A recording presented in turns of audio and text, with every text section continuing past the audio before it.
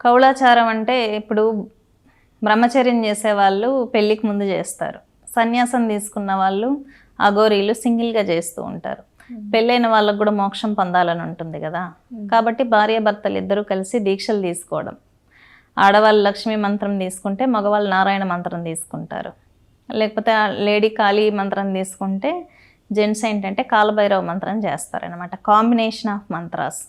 అలాగా శివుణ్ణి శక్తిని ఆరాధించుకుంటూ గృహస్థాశ్రమంలో ఉంటూ పిల్లల్ని చూసుకుంటూ సూపర్ న్యాచురల్ పవర్స్ పొందే పద్ధతే కౌళ ఆచారం అంటారు.